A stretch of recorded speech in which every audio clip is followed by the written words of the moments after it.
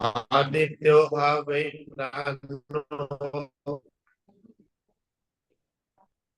रविरेव चंद्रमा रविर्वा एतत् सर्वं यन्मूर्तं चामूर्तं च तस्मान् मूर्तिरेव रवि आदित्याः वै प्राणाः रवि एव चंद्रमा रवि वै एतत् सर्वं यत् मूर्तं च अमूर्तं च तस्मात् मूर्ति एव रहि आयादित्य उदयन उदयन यत प्राचीन दिशं प्रविशति तेन प्राच्यान् प्राणान् रश्मिषु सन्निधत्ते यत दक्षिणाम् यत प्रतीचिं यदुदीचिं यदधो यद ऊर्ध्वं यदन्तरा दिशो यत् सर्वं प्रकाश्यते तेन सर्वान् प्राणान् रश्मिषु सन्निधत्ते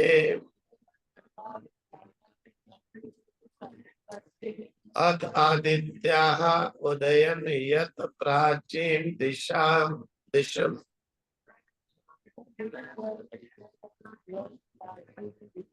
प्रविशति तेन प्राच्यान् प्राणान् रश्मिषु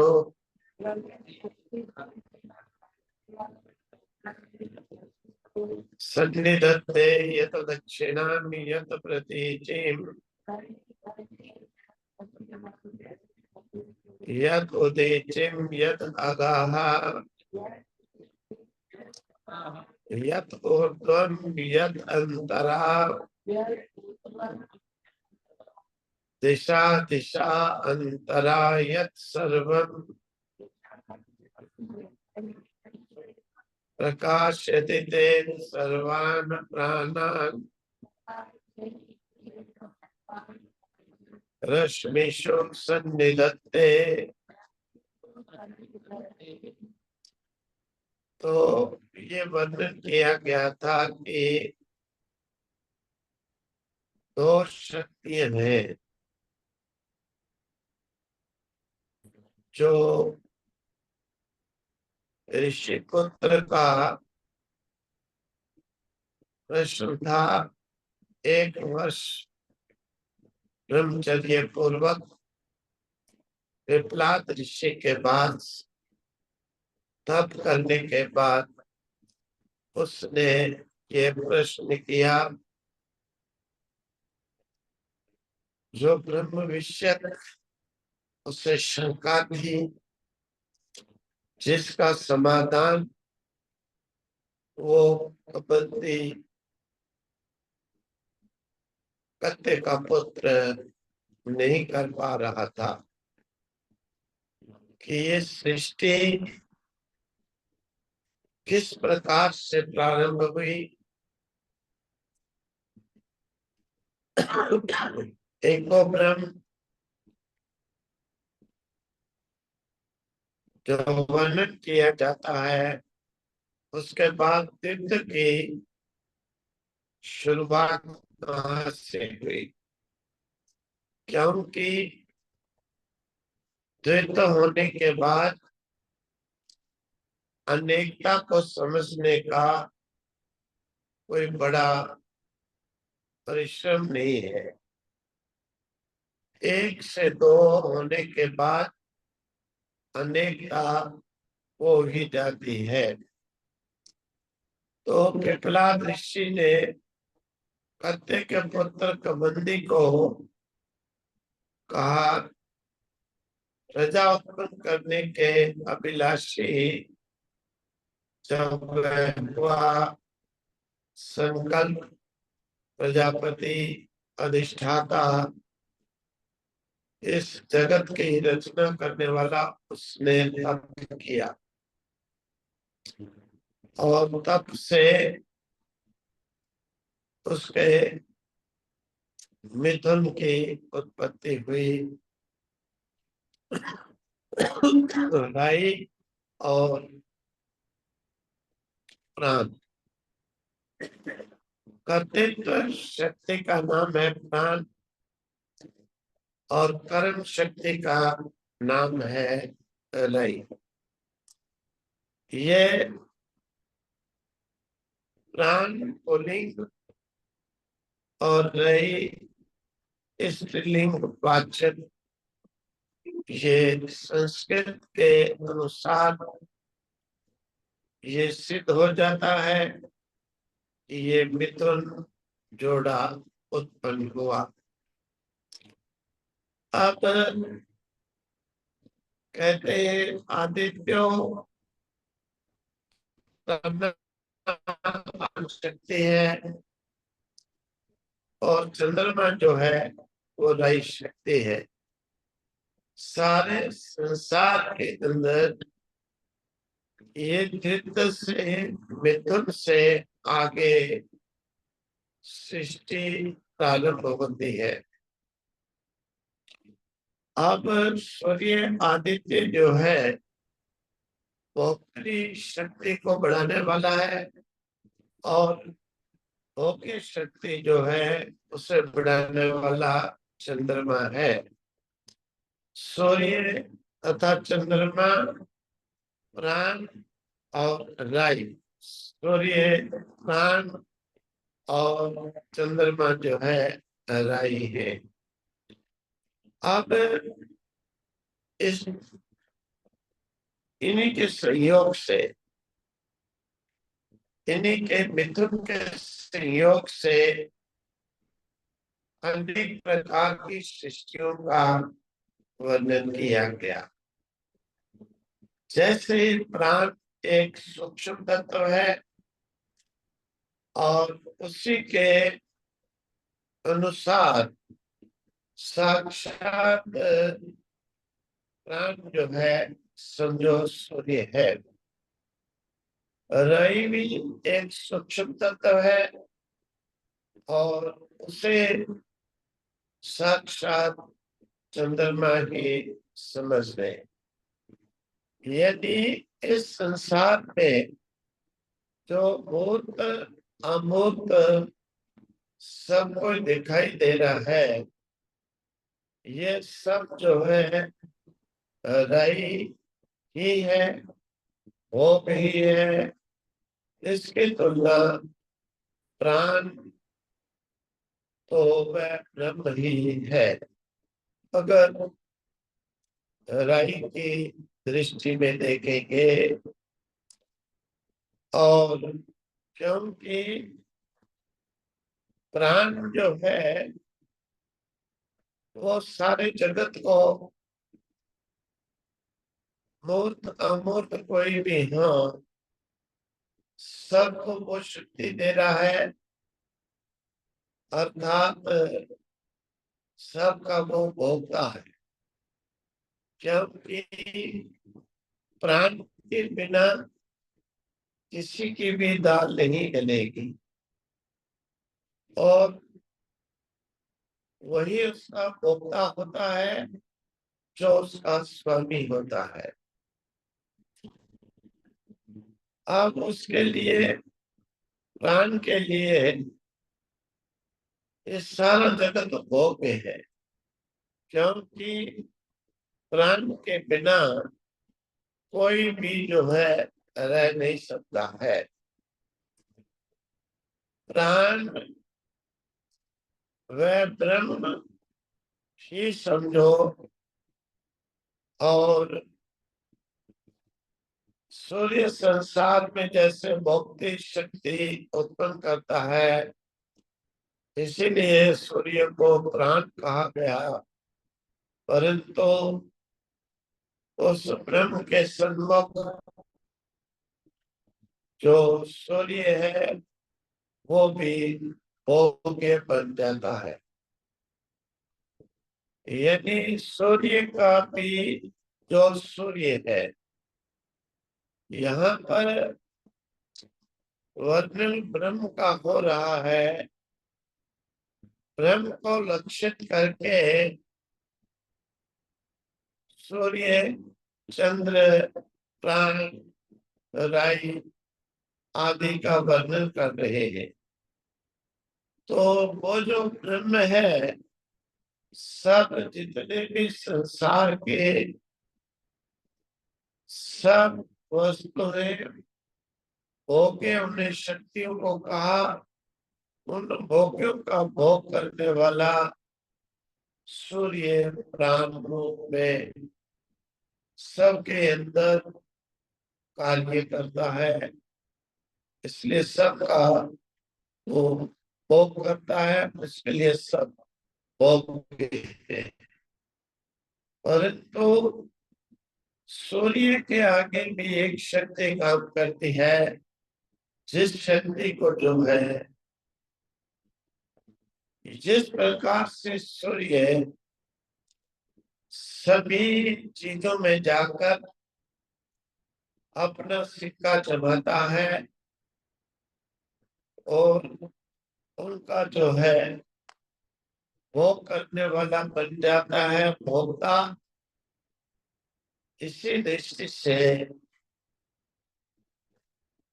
जैसे राई चंद्रमा आज से उत्पन्न, चंद्रमा कर्म का प्रतीक है, कर्म से उत्पन्न सभी सूर्य के लिए भोगे हैं। इसी प्रकार से उस ब्रह्म के लिए सूर्य भी भोग्य बन जाता है, उसके आगे वो भी नतमस्तक हो जाता है।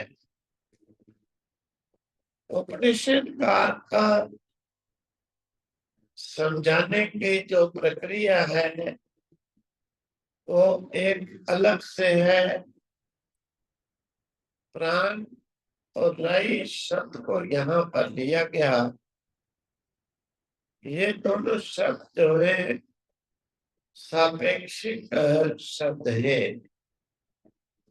सूर्य प्राण है, परंतु प्राण होने पर भी अपने आप ही नहीं आ गया, इसे भी किसी ने रचा। और रचनहार की दृष्टि से जो प्राण है भोक्ता है, परंतु भोक्ता होने पर भी वो भोग्य बन जाता है, उसके आगे वो भी रही है। चंद्रमा रही है, वह अपनी सृष्टि रचता है। इस दृष्टि से ये प्राण है। प्रत्येक वस्तु में प्राण और रई का सम्मिश्रण होता है। बिना उसके किसी भी चीज की उत्पत्ति नहीं होगी। संपूर्ण संसार भोग्य होने के कारण राई है, और ब्रह्म इस संसार का भोक्ता होने के कारण वो सबका प्राण है। कहते हैं जिस प्रकार से आदित्य उदय नियत प्राचीन दिशम प्रविशति, तेन प्राच्यां प्राणान् रश्मिषु सन्निधत्ते, यत् दक्षिणां यत् प्रतीचिं यत् उदीचिं यद्धो, यदुर्गं यदन्तरा दिशो यत् सर्वं प्रकाश्यते, तेन सर्वान् प्राणान् रश्मिषु सन्निधत्ते। आदित्य उदय प्राचीन, आदित्य जो सूर्य है वो पूर्व दिशा में जब उदय होता है, सूर्य जो है वो जब प्राची यानी इस पूर्व की दिशा में जब वो उदय होता है तो उस समय पूर्व दिशा में सूर्य प्रवेश करता है। पूर्व दिशा में जो सूर्य की प्रवेश करने की शक्ति है, पूर्व दिशा में जब सूर्य उदय होता है तो सबसे पहले पूर्व दिशा में, वैसे भी लोक व्यवहार में देखा जाता है, कहते हैं कि सूर्य उदय हुआ पूर्व में हुआ। सूर्य उदय पूर्व में दिखाई देता है क्योंकि वो उदय होने के बाद सीधा पूर्व दिशा में प्रवेश करता है। पूर्व दिशा में प्रवेश करने के कारण वहां पर सूर्य दिखाई देता है और सूर्य पूर्व दिशा में प्राण शक्ति को लेकर वो अपनी उदय होने वाली जो किरणें हैं, सवेरे की जो किरणें हैं, उन किरणों के रूप में प्रकट हो जाता है, क्योंकि उसे मालूम है कि ये जो पूर्व दिशा में प्रकट होकर सबके लिए प्राण शक्ति का संचार करना, अब सबसे पहले सूर्य अपनी किरणें पूर्व दिशा में फेंकता है और किरणों में क्या करता है, प्राण शक्ति डाल देता है। जहां जहां किरणें पहुंचेंगी वहीं वहीं प्राण शक्ति साथ में चल रही होगी और वही वही पर प्राण शक्ति का कार्य भी होगा। क्या होगा कार्य? प्राण शक्ति का कार्य यही होगा कि इस परंपरा को आगे और ले जाना। वो परंपरा तब ही होगी कि जब उसका कोई संरक्षक खड़ा होगा। तो प्राण ही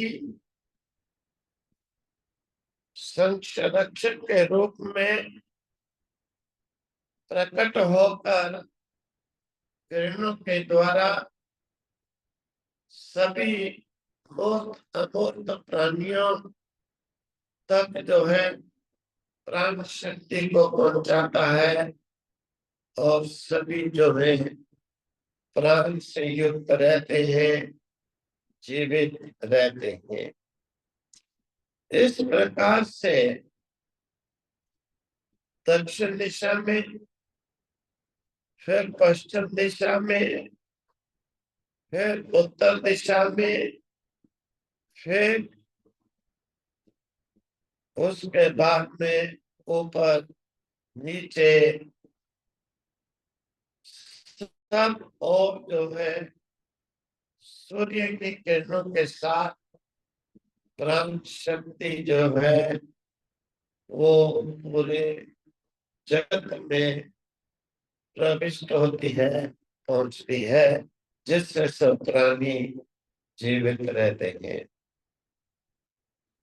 किरणें विश्व के कोने कोने में पहुंचकर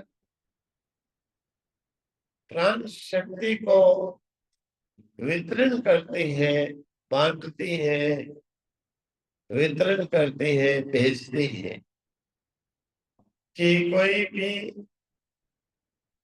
प्राण शक्ति के बिना प्राणहीन न रहे।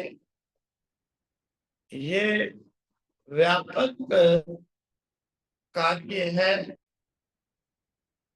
यानी सूर्य के किरणों का हर जगह पर हर प्राणी के लिए जीवन प्रदान करना एक उनका कर्तव्य है, उनका स्वभाव। इसीलिए प्राण शक्ति को लेकर सुबह सुबह सबसे पहले सूर्य सबको जीवन शक्ति प्राण शक्ति प्रदान करते हैं। और उपनिषद वाक्यों में पुराणों में भी कहा जाता है, प्रातःकालिक सूर्य की किरणें जीवन जीने वालों के लिए अमृत होती है।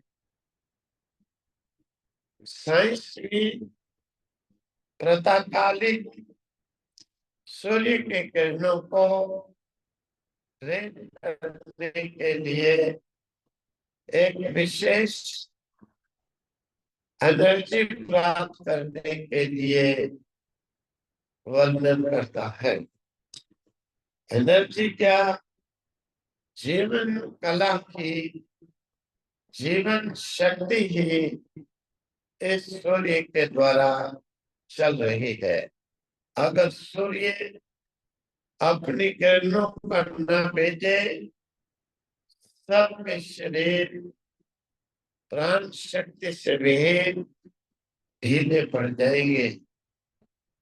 थोड़े ही दिन कहीं बारिश रहती है, सूरज नहीं प्रकट होता, एकदम सब थल मच जाते हैं, हार जाते हैं, यानी प्राणहीन होने की स्थिति में आ जाएंगे।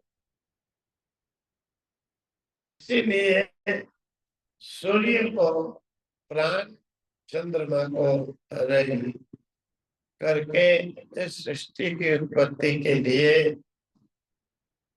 निर्देश देते हैं, वर्णन करते हैं। फिर आगे होगा ओम तत्सत।